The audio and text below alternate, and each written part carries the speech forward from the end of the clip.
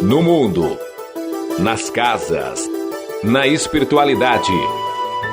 A responsabilidade do homem na evolução dos animais. No ar, pela Web Rádio Meimei. Animais, nossos irmãos.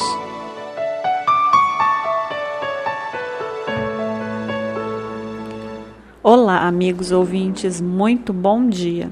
Este é o programa Animais, Nossos Irmãos, que você está ouvindo pela Web Rádio Meimei e vai ao ar todos os domingos às 10 horas da manhã.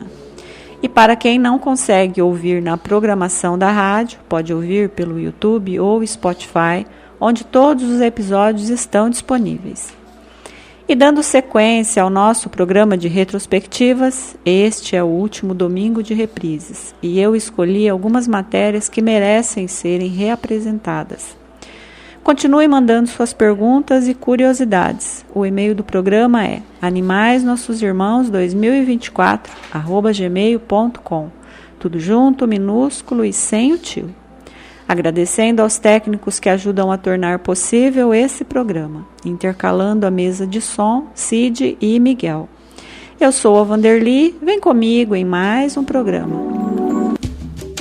Você está ouvindo Animais, Nossos Irmãos.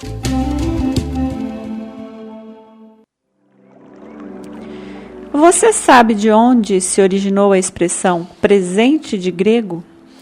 Se não sabe, vale relembrar a matéria. No episódio 22, eu conto um pouco sobre essa expressão tão usada, mas pouco entendida. Vamos à matéria. Dizemos que um presente é de grego quando aquilo que é dado tem uma utilidade duvidosa, até mesmo prejudicial para quem recebe. Muitas vezes o presente só visa o bem de quem dá, não possuindo nada de altruísta no gesto. Digamos que é tirar proveito de um ato que deveria ser de pura renúncia. Presentes nem sempre serão úteis, mas definitivamente devem fazer feliz quem os recebe. A origem da expressão presente de grego é antiga e tem a ver com gregos, troianos, uma bela mulher, uma muralha impenetrável e um cavalo de madeira gigante. A Ilíada e a Odisseia de Homero, com seus milhares de poemas milenares, acabaram por se tornar o único ponto de referência sobre essa época. Considerado uma bíblia para alguns, lendas para outros, fica impossível saber onde começa e termina a verdade em seus versos. Ulisses é o personagem principal da Odisseia, rei de Ítaca. Ele usava da sua astúcia para enganar os oponentes, que na maioria das vezes eram gigantes, semideuses ou monstros assustadores. E foi ele a mente ardilosa por trás dessa história, onde um presente duvidoso se tornou ícone de destruição de um povo. A história de Troia e sua derrota por um cavalo é quase que impossível conhecer a fundo. E o que sabemos, aquilo que encontramos nos livros é basicamente sobre um príncipe que rouba uma rainha e inicia uma guerra entre dois povos. Mas dizem que há muito mais que ciúmes e vingança nessa história. Há a cobiça por invadir as muralhas impenetráveis de uma cidade.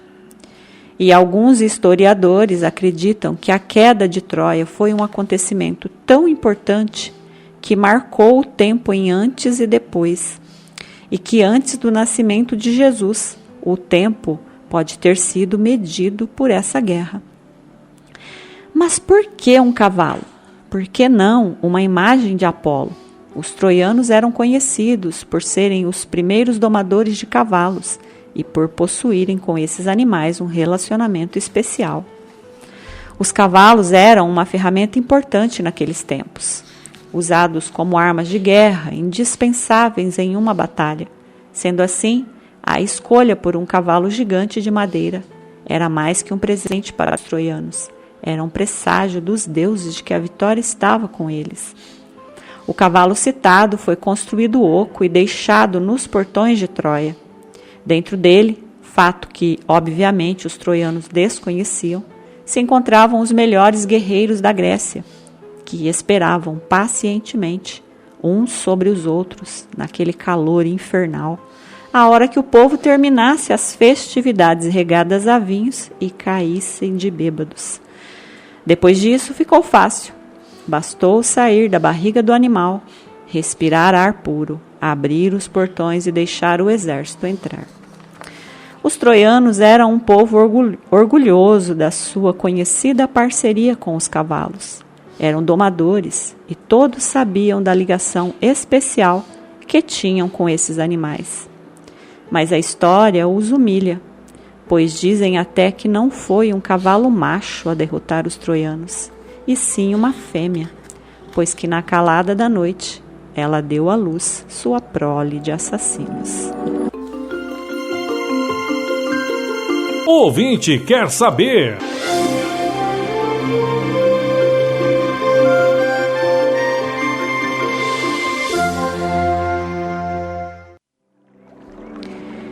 E no quarto programa, olha que pergunta interessante que eu respondi.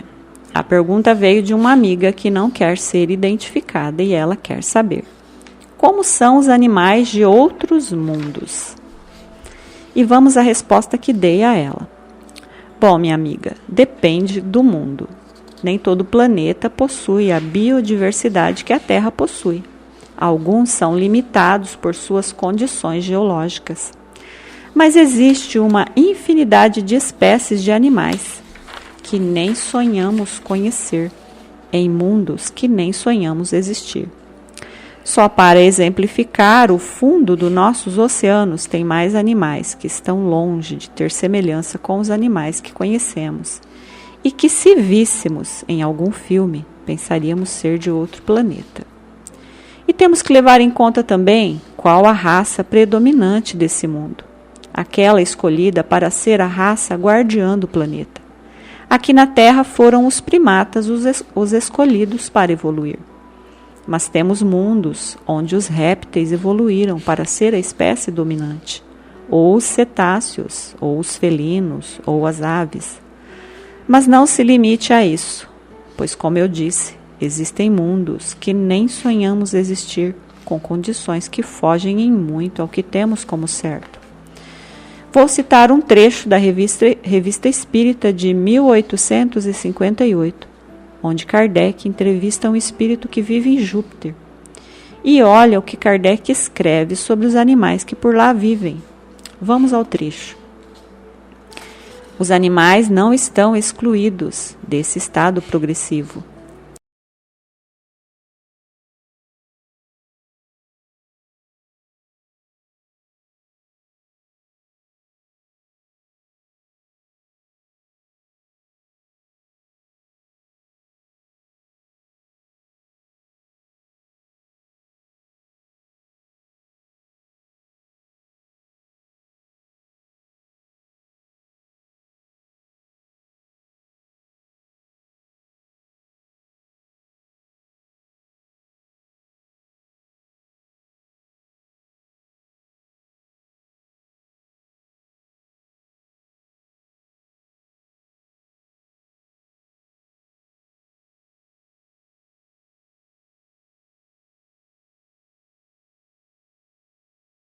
Da amiga. Certa vez eu ouvi que em alguns mundos, se aportássemos por lá, seríamos vistos como animais. Não se ofenda, mas existem mundos tão evoluídos que os animais deles já se comunicam, realizam coisas, vivem exclusivamente para as necessidades físicas e podem sim ser comparados a muitos de nós que ainda habitam este planeta. E existem mundos em que os animais são tão atrasados na evolução que um simples besouro poderia colocar para correr uma multidão de corajosos. Para entender isso, basta usar novamente a Terra como exemplo. Antes do homem por aqui aportar, quem eram os animais que dominavam o planeta? A questão é unicamente sobre evolução espiritual. E quanto mais evoluído um povo, mais evoluídos são seus animais. E a evolução se dá de forma semelhante em qualquer lugar desse universo que habitamos. E qualquer planeta passa por todas as fases evolutivas, sendo compatível sua fauna e flora com os habitantes guardiães, ou seja, a raça humanoide dominante. Se a raça guardiã for atrasada, seus animais também serão.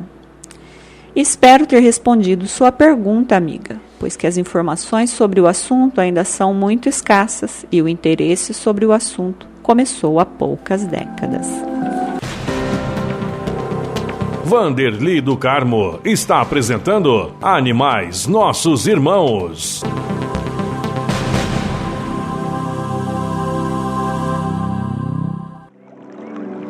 E no 16º programa, uma matéria muito interessante que divide opiniões e causa até mesmo certo receio.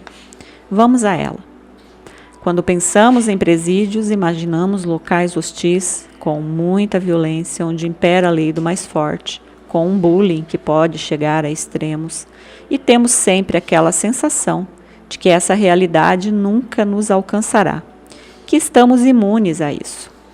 Mas vivemos nesse mundo de discórdias e sofrimentos e não estamos de forma alguma imunes a sermos presos um dia. Chico Xavier sempre visitava os presídios e se emocionava ao chegar, pois só ele via as mãezinhas que já tinham desencarnado lotando o local, tentando ajudar seus filhos presos. Esquecemos ao ver um homem rude e tatuado atrás das grades que ele já foi um bebê, que ele tem uma mãe. Em casa ou no mundo espiritual, essa mãe estará sofrendo pelo filho rebelde. Todos nós podemos cair, encontrar um percalço tão grande pelo caminho que nos coloque em uma situação dessas. E nem todo preso é um monstro. A maioria deles são homens e mulheres normais, que apenas caíram. Há algumas décadas, um projeto tem sido colocado em prática em alguns presídios, que é levar gatos para serem adotados por presos. Um projeto ousado e assustador, diga-se de passagem. Afinal, sabemos que todo serial killer começa matando animais. Mas, como eu disse, os presídios, quase que em totalidade, são compostos por pessoas que deram uma escorregada, e nem todos são assassinos. Afinal, não precisa matar para ir preso. Existem centenas de outros crimes que podem levar a uma situação dessas. O projeto polêmico foi feito com gatos que seriam sacrificados. E não é que deu certo. Os presos que adotaram os gatos mudaram de um momento para o outro. Estão mais responsáveis, carinhosos, amigáveis e as brigas entre eles diminuíram muito. Os benefícios de conviver com gatos vão muito além do simples prazer de acariciar seu pelo ou rir das suas peraltices. Estudos científicos e relatos ao redor do mundo comprovam que a interação com animais tem efeitos profundamente terapêuticos, especialmente em contextos desafiadores como presídios, lares de idosos ou hospitais. E no ano passado, o projeto de canis e gatis em presídios aqui no Brasil foi aprovado. O projeto visa a ressocialização dos detentos, o cuidado com os animais e a formação de futuros profissionais na área. Esses animais são aqueles resgatados que não têm mais nada a perder. De certa forma, há uma semelhança entre eles e os presos, pois que não são bem-vindos e quase sempre ignorados. O projeto pode causar polêmica. Muitos talvez critiquem, pois que é um risco. O que sabemos sobre as condições a que esses animais serão submetidos? Quando penso nas inúmeras coisas que podem dar errado, também sinto medo. Mas eu tenho esperança e sei que não se constrói um futuro bom sem sacrifícios. E que antes isso que as ruas, correndo o risco de serem agredidos e viverem na necessidade extrema. É torcer para que a ideia dê certo e possa ser implantada em mais presídios. O ouvinte quer saber.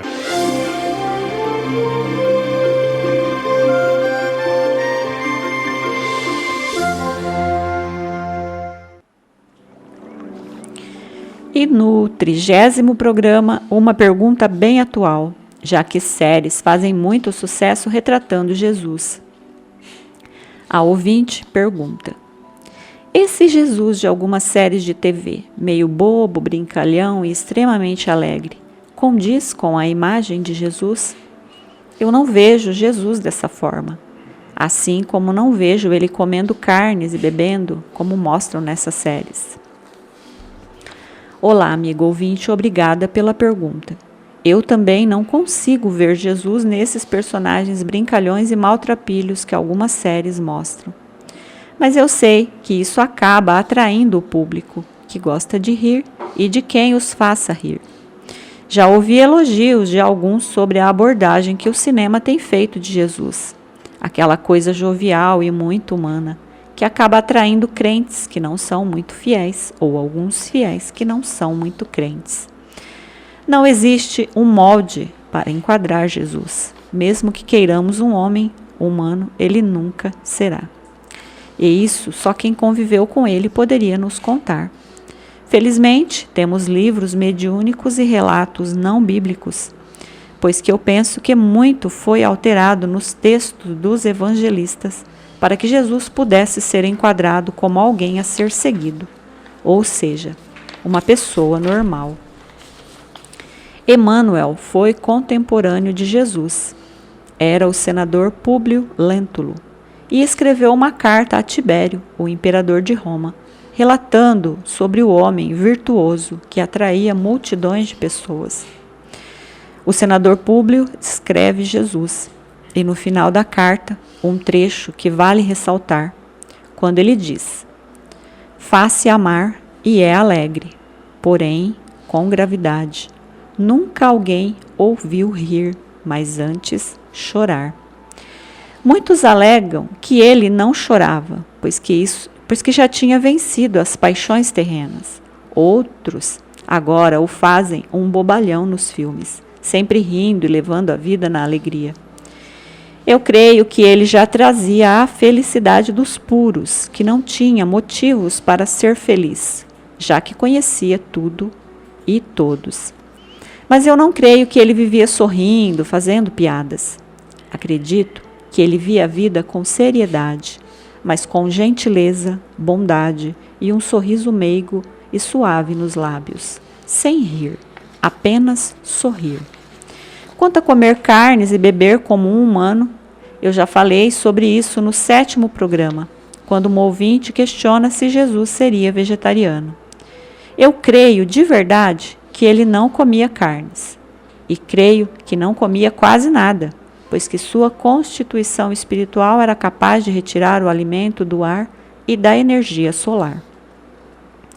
Jesus não pode ser descrito ou comparado, pois que não temos parâmetros para enquadrá-lo. O que podemos fazer é especular, comparar com moldes pré-existentes. Mas nós, a espécie humana da Terra, somos imaturos e tendemos a gostar de bobeiras, coisas fúteis que deem um retorno emocional rápido. E para isso, os roteiristas que querem fazer algo que seja aceito, e sabemos o alcance que o nome de Jesus tem, mas querem algo que seja visto, mesmo por quem não seja religioso, acabam por inserir uma personalidade que agrade a todos. O Jesus sério e focado, comprometido com o planeta, não atrairia muitas pessoas. Mas, independentemente da forma como Jesus é visto, o importante é levar a mensagem, mesmo que de forma alterada, não acha? Despertar o amor por Jesus, mesmo que esse Jesus não se assemelhe muito com a verdade, já é um passo na direção certa. Obrigada pela pergunta e continue perguntando. Você sabia?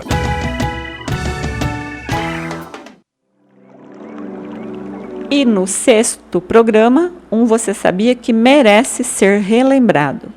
Você já deve ter ouvido falar em como os pássaros João de Barro são vingativos com suas parceiras. Eu, quando criança, ouvia os homens da família contando essas histórias de como João de Barro prendia sua parceira infiel e a deixava morrer de fome e sede. Mas o quanto disso é verdade? Você sabia que o João de Barro pode se divorciar de sua parceira no caso dela não lhe dar herdeiros? Assim como outros pássaros, ele escolhe uma única parceira, mas pode procurar outro, caso seja abandonado ou tenha problemas de reprodução. Eles são tão preocupados com essa questão familiar que constroem seus ninhos de forma diferenciadas, com barro ao invés de gravetos e fibras, como a maioria dos pássaros. E podem construir vários ninhos ao mesmo tempo. E há aquelas lendas que contam que ele pode prender a fêmea dentro do ninho como punição. Mas isso não é verdade. Essa história faz parte do folclore, sendo que ninhos fechados são, na verdade, ninhos abandonados, ocupados por abelhas ou outros animais, ou possuem uma parede interna com um vão para proteção contra predadores, o que causa confusão para quem observa. Quando ocupado por abelhas, elas podem fechar toda a abertura, dando a impressão de ter sido lacrada pelo próprio pássaro. E alguma mente criativa observou e nasceu o mito estranho, cheio de reações típicas de humana e que nada condiz com um pássaro. E você conhecia essa curiosidade? Essa é mais uma curiosidade incrível de mais um animal incrível.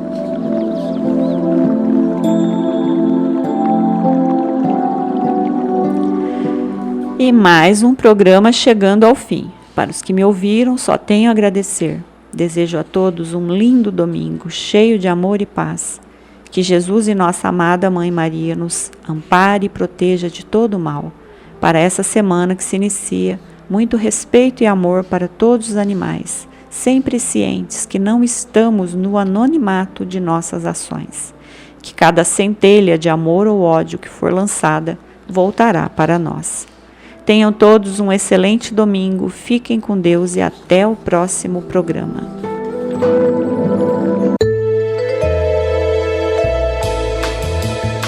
Você ouviu Animais Nossos Irmãos. Animais também são espíritos. São elos da nossa jornada evolutiva. Eles são os nossos irmãos.